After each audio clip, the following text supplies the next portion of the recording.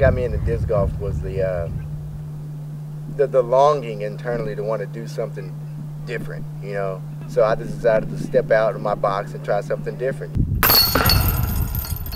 Mitch Park is probably in my top 2, 3 in Oklahoma. This is a great course. I love coming out here. Planted a lot of new trees lately, and it's just been a great park to hang out at. A lot of people actually know me out here now, so we got a group together that comes out every Wednesday. Birdman. Yeah! You come out here and you just want to have some fun, but you meet a lot of people that share the same interests that you do. I've been playing disc or disco as I call it, for like 4 years, 2 months about. I used to exercise, but now I just disc golf for about half an hour or so in the morning. 4 or 5 times a week is about how much I play now. Go.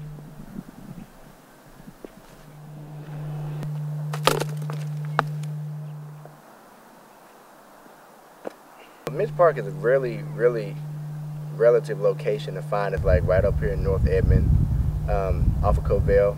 Close to Edmond Santa Fe, I guess. Cheyenne Middle School is a good landmark, I guess you could say.